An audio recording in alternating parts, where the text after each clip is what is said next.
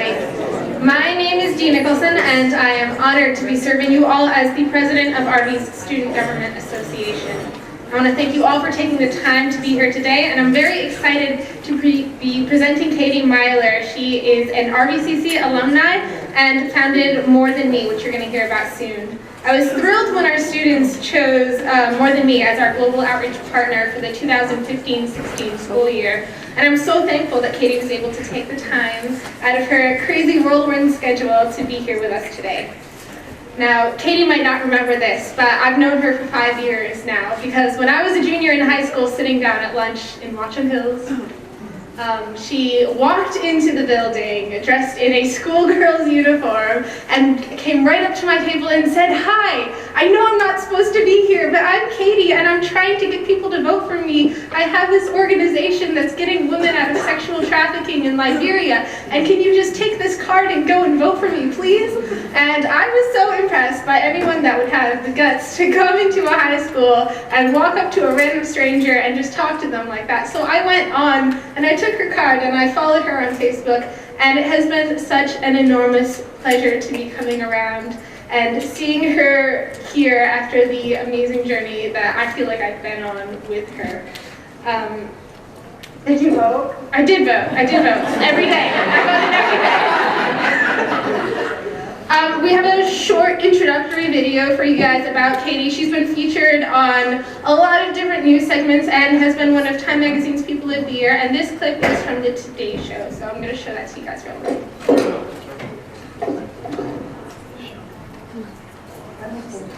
This week there was promising news in the fight against Ebola. One of the country's hardest hit, Liberia, has seen infection rates drop dramatically. That's obviously good news for those working on the front lines. People like Katie Meyler, who are determined to make a positive impact. Here's NBC's Ann Thompson. Katie Meyler has every reason to dance. Home safe in New Jersey after 5 months in the Ebola-ravaged Liberia. I'm happy that I'm alive. I feel really grateful. Do you feel like you're home? There's a piece of home here, but I also feel really at home with her kids. Her other home is a slum in Liberia's capital, where Meyler ran Ebola response teams. I'm calling the neighbors, make sure that the boy's taken good care of. She saved Berlinda, Esther, and so many others, but not all. Aware of the risk to her daughter, back in Bernardsville, Joanne Meyler prayed. I believe that you're safer wherever God wants you to be. How would you describe God? A bubble of love. Time Magazine named Meyler as one of its Persons of the Year, calling her a tornado of energy. So proud, Joanne stopped strangers in the airport.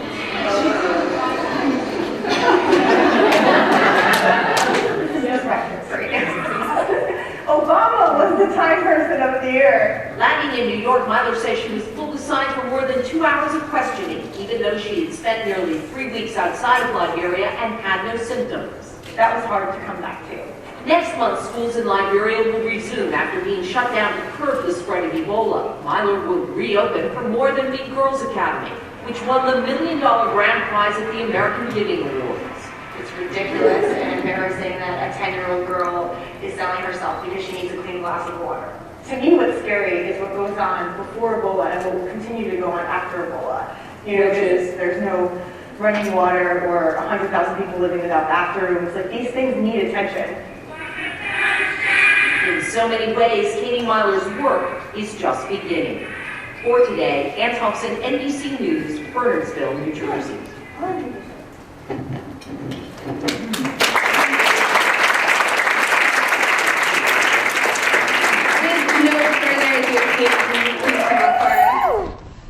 Wait, that's really loud. Check. We didn't do the mic check. Can we show the other video? Do you guys have watched too many? Can I show one more video, please? It's not boring. But, what? It's the Super Sunday video. So this is a video where one of my friends, actually, I spoke at this event, and that's why I actually left Liberia, was they were donating a significant amount to the organization. So I came back, and they took the Instagram photos from Where is she? So I started More Than Me, the organization I started, I'm going to tell you about in a second, on MySpace. I built a school through winning $1 million on Facebook, which is what you voted for. And then I participated in ending Ebola through Instagram. And so he basically took the Instagram photos and made this video, and I think it's really powerful, so I wanted to share that too, if you don't mind.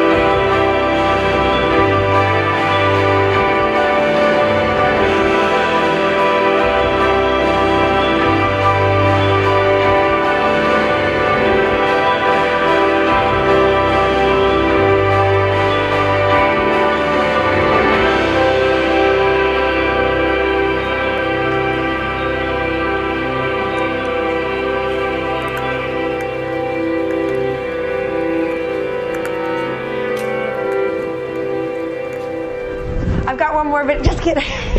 One more video, everyone. One more video. No, joking. I'm joking. I think it's funny when they show, everyone loves this picture, and I'm like, that was like 6 years ago, and I put on 30 pounds. Please don't show that picture anymore. It's so funny to be at Rare. I mean, I did do the commencement speech a couple of years ago. I think it's funny. It blows my mind that I'm back here, because I remember thinking, graduating high school and feeling like I was not smart enough to ever go to college to begin with, and now I'm here like talking to college students. It's at the school that I graduated from. So some people are like, well, how did you end up on the front lines of fighting Ebola or in Liberia to begin with? And the story is, I wanted to share a little bit about that, and then I'll try to leave some time at the end. Yes, I get a wait. Does it? I wonder if it'll. And I'll try to leave some time for questions in case you guys have anything you want to say. Can somebody let me know when I have like There's like 15 minutes remaining.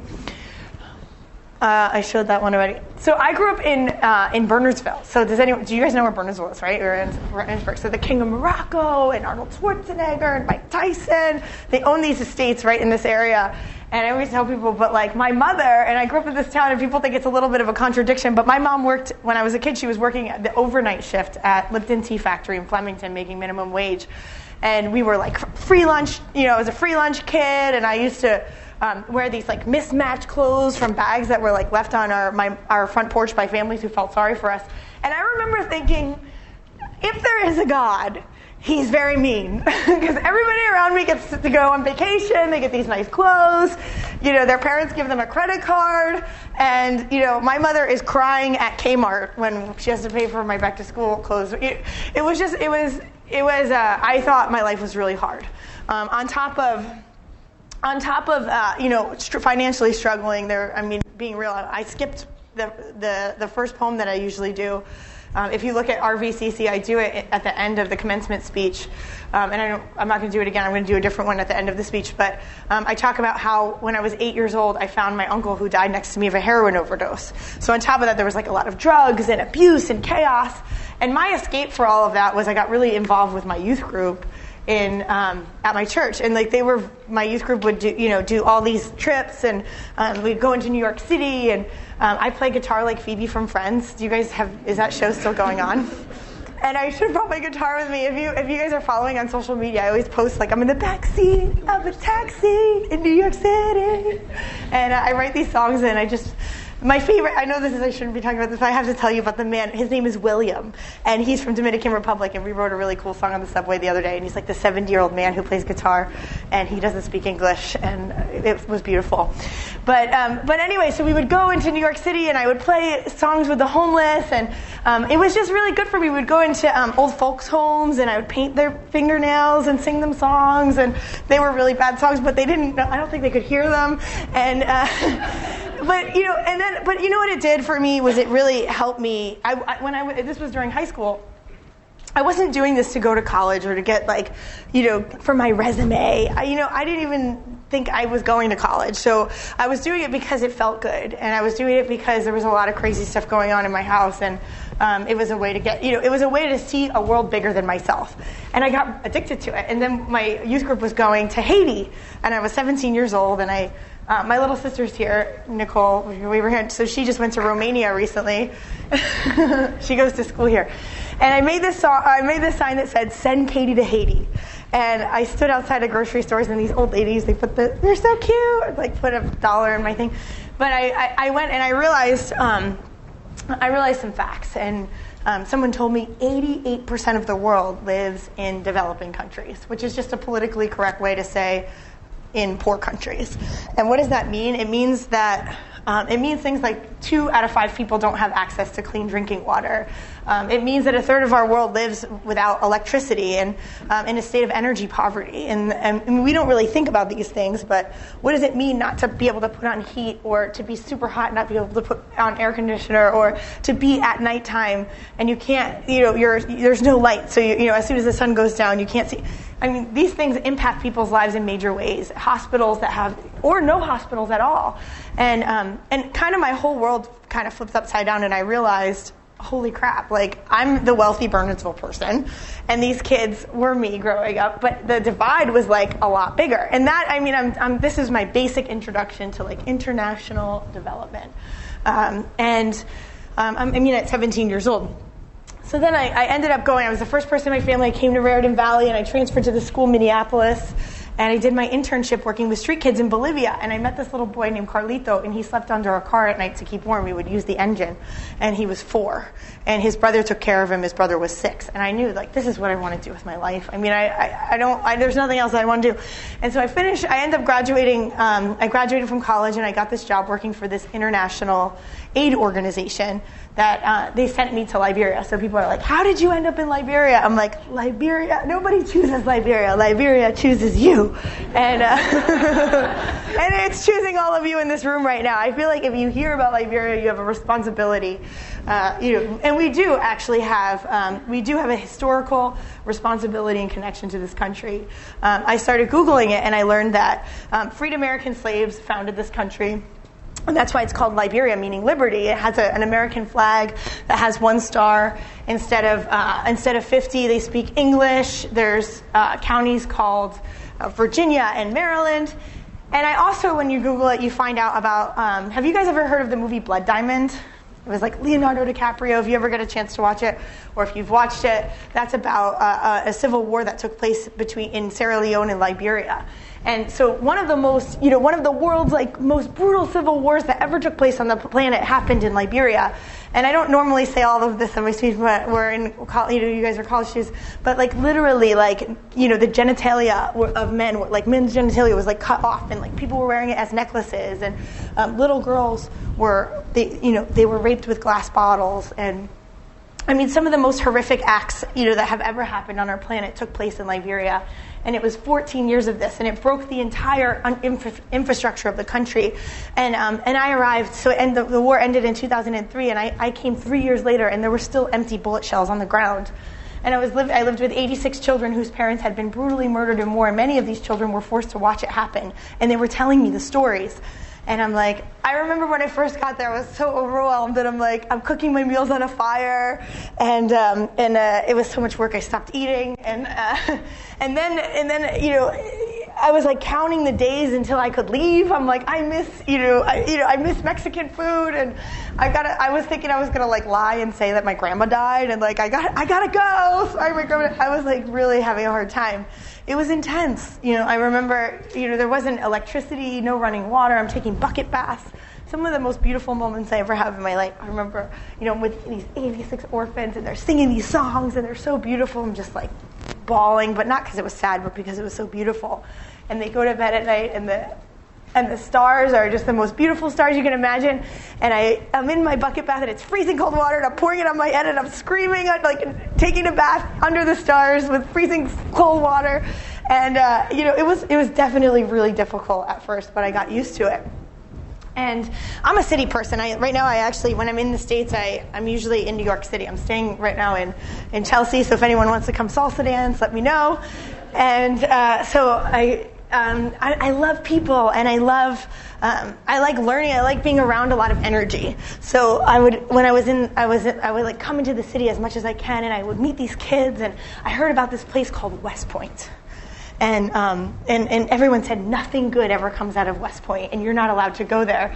And like I've always had a little bit of a rebellious streak in me, so if someone tells me I can't do something, I'm like, wow, where are we going? Let's go do it.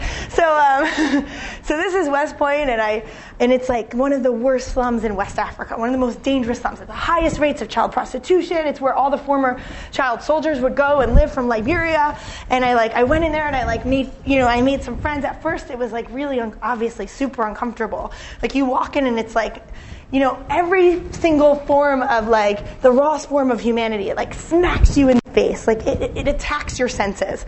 It's like there's kids, and there's wheelbarrows of like handmade soap and used underwear, and there's a guy with a boombox, and he's dancing, and he's selling cassette tapes, and it's like really loud, and there's a wedding going on, and there's people rejoicing and singing, and it's so beautiful that it like moves you forever. And then there's people that are weeping because there's funerals going on of some children, or the age expectancy is one of the lowest, life expectancy is one of the lowest in the world.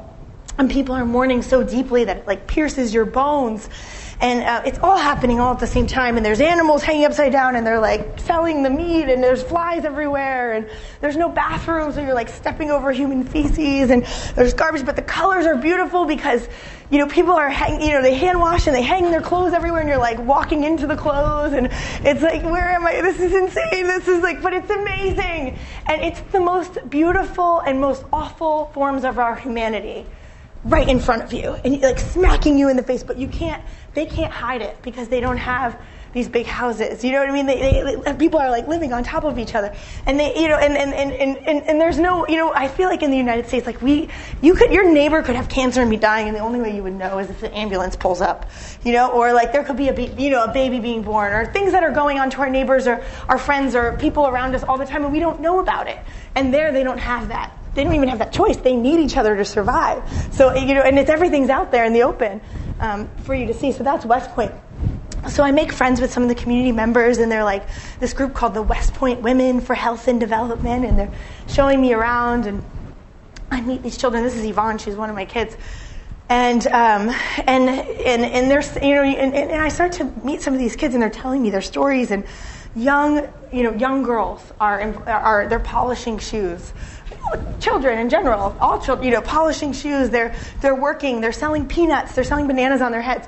But then you start to learn that, you know, started to get to know these kids a little bit more, and kids as young as 11 years old would be sucked into a life of prostitution because they didn't have enough clean drinking water, or they couldn't pay their school fees. And so I started to help these young girls get to school, and I wanted to find the kids that were the most vulnerable. I like boys, I like girls, I like everybody, but these were the most vulnerable, and you know, the kids that needed the help the most. And I'm like, this is unbelievable. Like, it embarrasses me as a human being that we live in a society or in a world where we allow this to go on. And I'm like, I want to do everything in my power to make sure that I do my part in this to stop this. So I started paying school fees for these kids, and like 7 kids turns to 30 kids, and I started putting their stories on MySpace, which was like cool back in the day. And people are like wiring me money to Liberia. And so this New York City tax attorney, she was there, and she's like, "Your people are wiring you money, and like I want to help you too." And she saw what I was doing. She was volunteering with Lawyers Without Borders in Liberia, and she's like, "Every single one of your pores oozes with passion for these children. You should really start your own organization." And I remember going to my best friend, who is Josh. I was telling you guys about him last night. He's like super cute, and we dated on and off for 7 years, and he's my best friend. But I don't like him anymore. And he lives in San Francisco. No, I have a date with Ricardo tonight. That's another. We can talk about that later. So it's a double date with my sister. Just kidding. Luke and Nicole. So anyway. So I go to Josh, and Josh is like Cornell University graduate, and he's in law school at University of Michigan, and I felt cute that day, so I literally got in my car from New Jersey and drove to Michigan to go see Josh. I had come back from Liberia, and I was telling him, I'm like, I'm back, my contract ended with the organization I was at, and I don't know what to do. Like, I'm applying for all these jobs working with international aid organizations, but I can't stop thinking about these kids, and I want to help them. And this New York City tax attorney said to start my own organization, and she'll do the paperwork, but I'm not smart enough, or Ivy League enough, or pretty enough, or a leader enough, or this enough, or that enough, and like super insecure, and all the baggage from like my childhood or whatever things we think about ourselves are like, is messing with my head. And I'm telling him this, and he's like, "Katie, get over yourself. It's not about you." And I just played that in my head over and over again. It's not about you. It's not about you. And that's where the name More Than Me ended up coming from. And More Than Me really has been about all of us coming together. From every background, we have people that, every box you can imagine that you could check on a census, that people have helped. We have a homeless guy named Bill who lives in a park in Washington, D.C., DuPont Circle, and we sing songs together, and he wrote a song called More Than Me. We submitted it to Microsoft and won $7,000 in the beginning of the organization. It was a huge deal.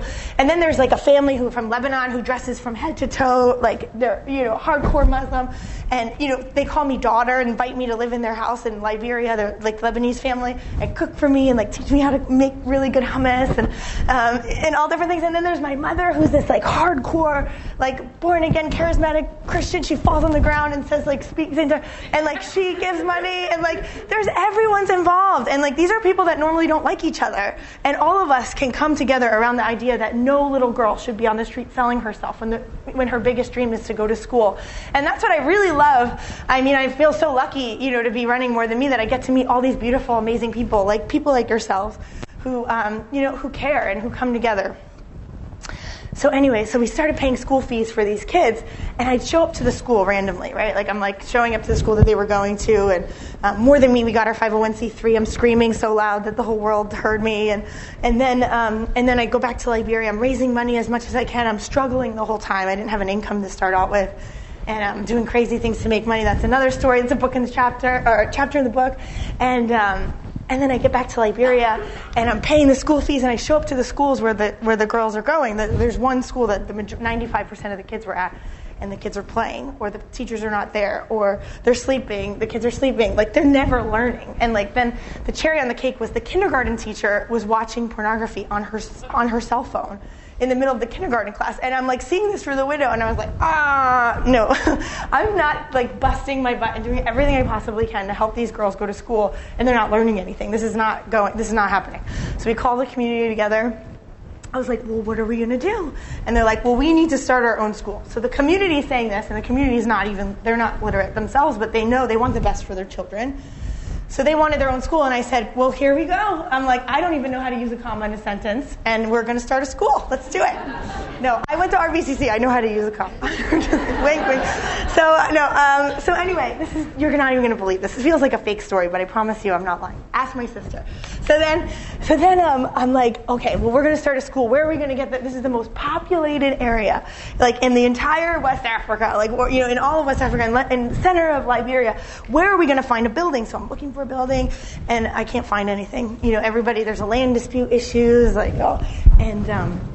and someone invites me. It's a long story, but I get into the president's house. I'm sitting with the president, the Nobel Peace Prize winner, Ellen Johnson Sirleaf, and I'm trying to make her laugh, and she's presidential, so she didn't want to hug me really, kind of. And then I started to speak a little bit of the local language, which is Pele, so I'm like, Yatwae, Kumanichu, Ilababe, a little bit of the local language, and I made her laugh. So finally she laughed. I'm like, I think she likes me. And so she looks at me very solemnly, and she goes, thank you for your service to my country. As long as you're serving the children of Liberia, you can have a building. So it's like, well, thanks so much. This is the building she gives me. I'm like, oh God, what am I going to do with this? There are crack addicts living inside, and people. This was like the town bathroom where everybody went inside and went. There's actually someone going into the bathroom. You see the guy squatting in the back in the room. That's who's going to the bathroom. And I'm like, well, how are we going to fix this thing up? And this is like at a time where the organization has no money. I'm not from a wealthy family. My mother at this time was like a school bus driver. I have negative $30,000 from student loans. Where am I? You know what I mean? Like, what am I going to do? But, when you believe something and when you have a passion, and I believe that nothing can get in your way and anything is possible. I really believe that. So I was like, great. Well, anyway, that's when we were in all these competitions. And I don't know if you remember this, but a couple of years ago, it's like, vote for this cause, vote for that cause. I don't know if people still do it on Facebook, but all these corporations. And we won a couple contests. I won $10,000 here from Microsoft and Ford, and I wanted $25,000 from Chase. And this is the beginning of storytelling and getting anybody. And then there's this $1 million competition. It's like, whoever gets the most amount of votes wins. And I was like, there's no way I'm going to win this competition. But I thought I could win a smaller prize. I put the slide up. You see what happened. I still have the tags tucked into my dress in this picture. I was like, it was like a hard time. And this is Joe McCallan. Hootie and the Blowfish is picking me up and spinning me around, and I'm screaming. And they're like, you should have had a career in screaming. And I'm like, yeah. So anyway, I went back. We fixed up the school, and this is what the school looks like now. And then I don't know if you've ever heard of Banksy. He's a really cool artist, and I tried to do a Banksy thing. It didn't quite work, but that's what the Hope thing is about. And so we ran the school. Last year we had 124 students. This is actually a picture from last year. Now we have 150. We just added, a bunch of 30 Ebola students with Ebola, and 4 of our students we transferred to other programs. And then we ran the school for a year. International teachers co-teaching with Liberians. It wasn't really a co-teaching situation, but that's another conversation as well. And some of the students were leaping forward 2 grade levels, and kids that had never used technology before, sending me. I'd be in the States, fundraising or doing what I do in here. I'm talking to you, and I get this message, and it would be it's from one of our students, and she says, "Can you Google Google Chat or Google Hangout with me?" And I'm like, wait, you know what? I don't even know what Google Hangout is, and my kids are asking me to go do Google.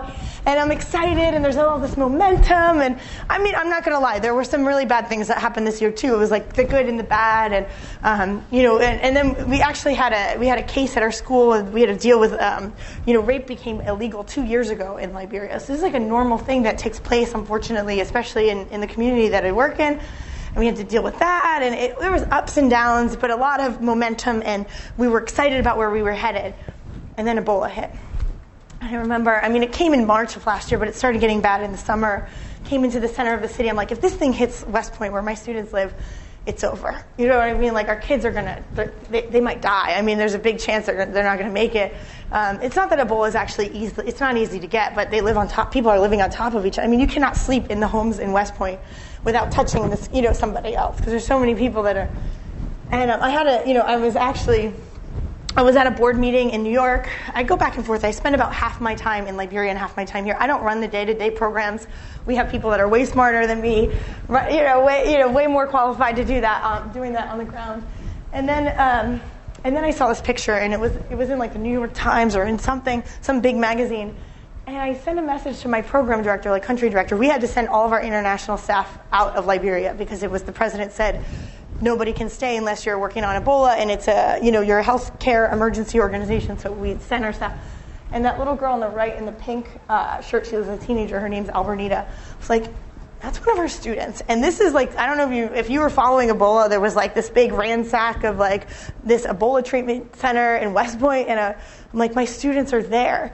And I was like, all right, it's time to go back. I'm going back. I really had to fight myself because I knew if I stayed, I would have not ever been able to live with myself. And even if I'm like, great, I lived, but now I hate myself. So, you know what I mean? Or our students died and I could have done something and I didn't. And I was like, at least if I go, even if I did get Ebola and even if I did die, at least I lived for what I believed in. And that was kind of my mindset. So I was like, all right, I'm going back. So there were 15 bags of medical supplies. I get there. This is an area where it's usually so busy. It's a market that you can't even move. It's like you can't walk because it's busy. And this is what I'm like, oh my goodness.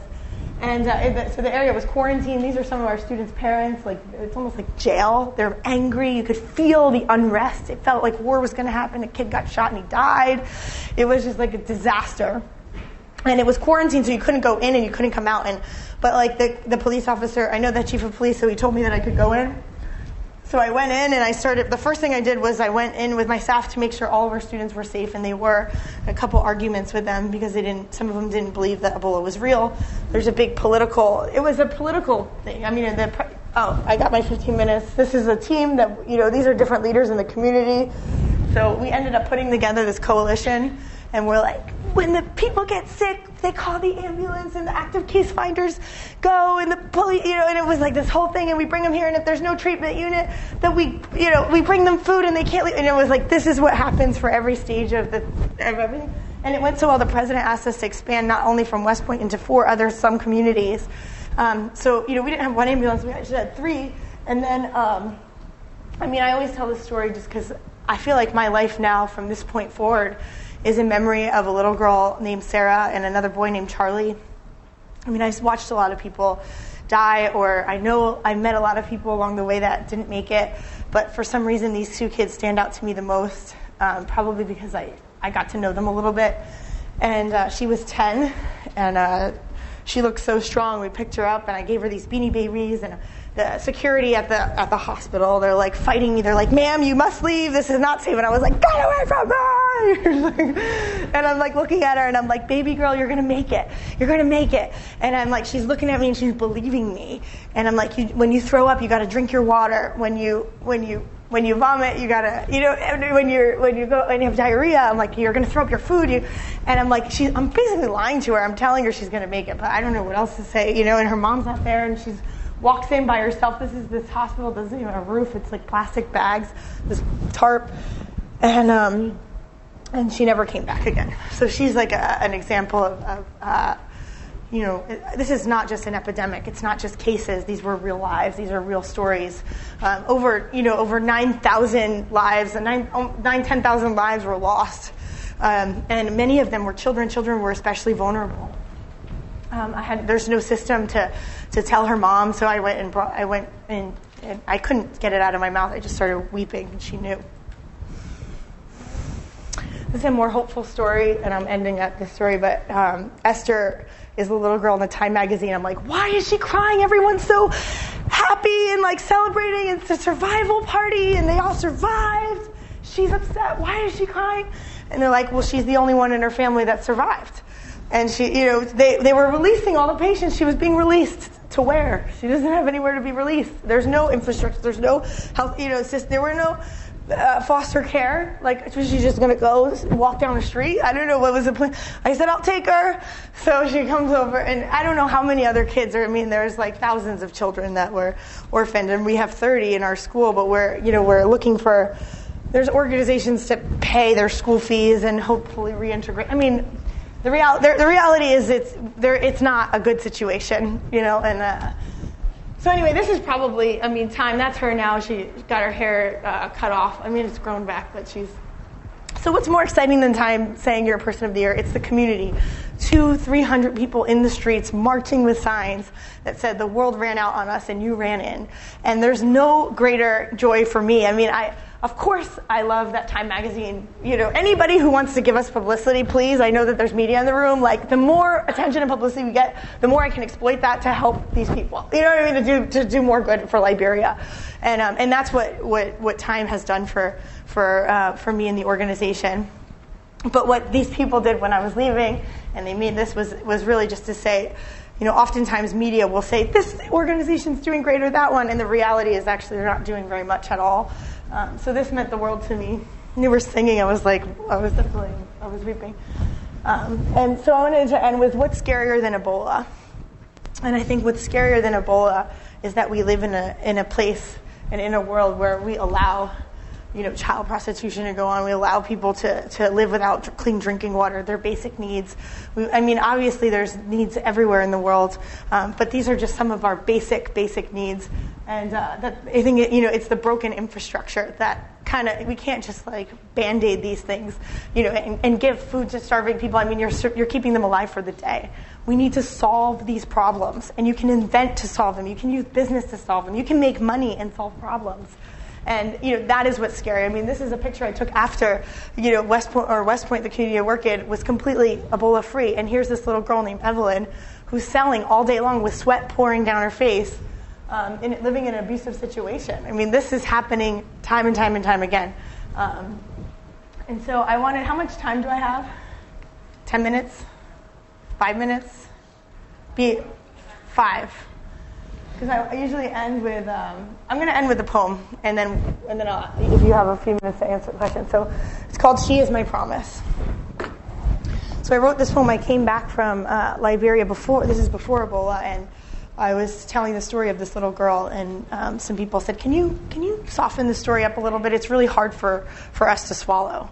And I was angry, so I wrote this poem as a response, and it's called She Is My Promise. So I am back on this bathroom floor again, and it's the middle of the night again, and flashes of your face keep me up again. It's you, Abigail. You have stained my soul. Is it a street worker? Is it a sex worker? You tell me, what is the politically correct way to say that my 11-year-old friend Abigail is a war-orphaned prostitute? Yes, this $2 hooker, this child, she opens her legs to men so that she can stay alive, and right now I'm not sure if she's alive. And when I think about her, I don't have the words to describe. My friend Abigail is missing. She is gone. She is nowhere to be found, and when I call her name, nobody knows her.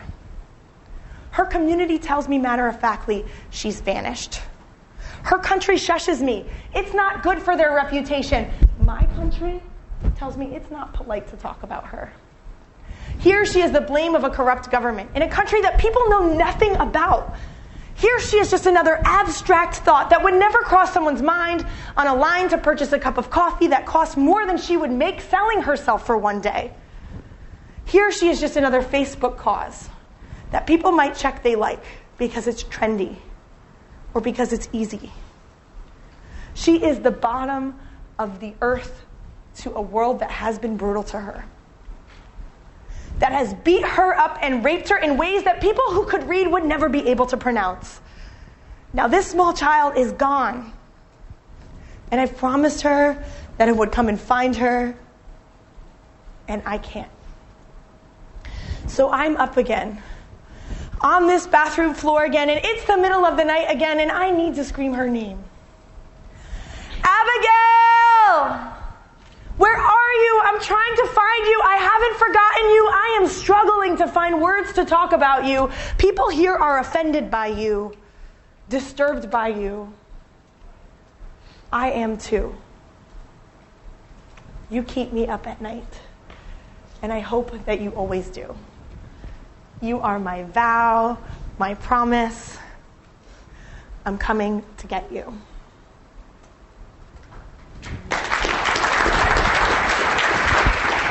So the best way, I'm going to end it open for questions. The best way for us to come and get Abigail, or to make it, to make sure that this doesn't happen to Sarah ever again, is there's actmorethanme.org/Raritan. You can put that on your phone if you want, or write it down and do it later, obviously.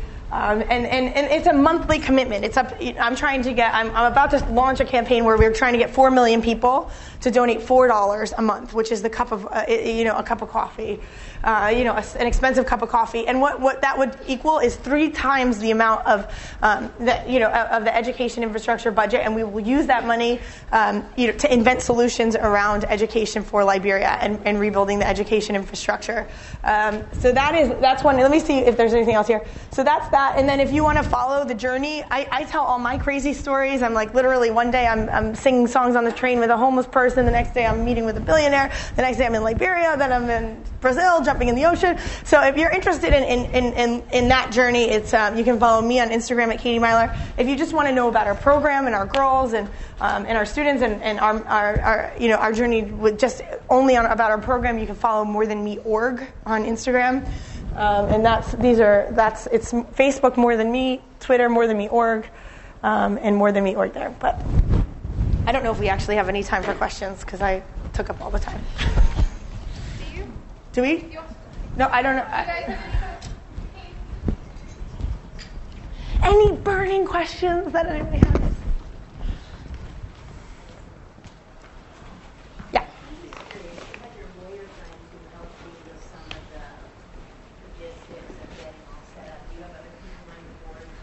Yeah, 100%. Yeah, and I think that the journey of boards is you start out with a few people that you can get to sign up, and then it kind of transitions to more influential people. But yeah, we have. As you grow, I think people are more interested in participating and helping, and if you have specific questions about an organization you're starting or someone that you're a part of, we could talk about that afterwards. But no, I think you don't know what can happen until you ask, right? And I think you find people that you think could be really influential or helpful to the organization who maybe fit the culture of what you're trying to create, and ask them to be a part of it. I know a lot of us talked to you upstairs, but just where are you headed next? And where's your next place you're going to? Today. I got a meeting in New York. I got to run. No. I go to Liberia on Tuesday, and on my way I'm stopping at a really big meeting in London, and I'm going to Liberia just for 3 weeks. And I have to, unfortunately, I really want to be in Liberia right now. I mean, I was saying there's no salsa dancing and there's no Mexican food. It's not the easiest. It's beautiful. The oceans are beautiful. The people are, they're my friends. I feel like Liberia is my home, and that's where my heart is. But I can do the most amount of good for Liberia right now in the U.S. and fundraising and making big connections. So I'm here a lot, meeting with either big donors or with media or just propelling the story and speaking. So it's a lot of back and forth. I'm going for 3 weeks and I'll be back. And when I'm back, I'm based in New York. Yeah. I'm just overwhelmed by your bravery. Aww. I don't know how you did it. I don't know how you continue to do it, and I'm so glad you're doing it. If you care to share, was there a moment when you thought you couldn't take it anymore during the Ebola crisis? Was there a point where you just said, I'm going to say my grandmother died? No, it was the opposite. I think the more people, I mean, there were moments where I was angry and I was going to say things that were going to get me kicked out of the country, or people were not going to let me back in the United States. But I never wanted to leave. It was actually, I spent 2 days in a treatment unit myself. I had all the symptoms of Ebola, and I was at Doctors Without Borders. And I, for 9 hours, was surrounded by people who were dying around me. The lady next to me died while I was on the phone with a donor. I didn't tell anybody I was in there. And I kept doing my donor calls while I'm like laying, thinking I have Ebola. And I remember, they told me I had to go back to the States after my test came out negative. They're like, in case it shows up positive later, you should go back to the States. I was like, okay, thank you, yes. And I'm like, I didn't listen. It was just because I knew nobody, it sounds bad, but it sounds like I'm full of myself. I'm not. I'm actually because I'm from Jersey, that's what I always say. I think I'm pretty realistic and self-aware. And I know that my relationship with Liberians in the community, especially that I work in, was one of the strongest, assets that we had in helping to curb it. And it did, because I could bridge those two gaps of like, here's these huge government people that don't come to the ground. Here's these huge agencies that don't understand. And then there's these donors that don't know where to give money. And then there's the local people that don't have access to any of that. And if you just give that local people like hundreds of thousands of dollars, we spent over $1 million in 3 months. If you gave that to the local people, they wouldn't be able to handle it. These are people that make 50 cents a day. I think it wouldn't have been appropriate. So I knew that I had a crucial role to play. And honestly, it was this, I cried every single night. The first 2 weeks I couldn't sleep because of the adrenaline. As soon as when I talk about it, I easily can start. But it was the most important thing I've ever done in my life. It was the happiest. It's twisted. I don't know if I would really use the word happy because I was watching people die. But when you're full and you're living a life that has that much purpose in it, and I felt the purpose, I think, with More Than Me's long-term mission of rebuilding infrastructure in Liberia. It's like you don't see immediate lives that you're saving. It's like a more longer-term thing there. I'm like, today I know we saved thousands of lives. Like, I know that. So it felt really purposeful, and I was happy, even though I'm like weeping at night. Well, thank you once again to Katie for being here today.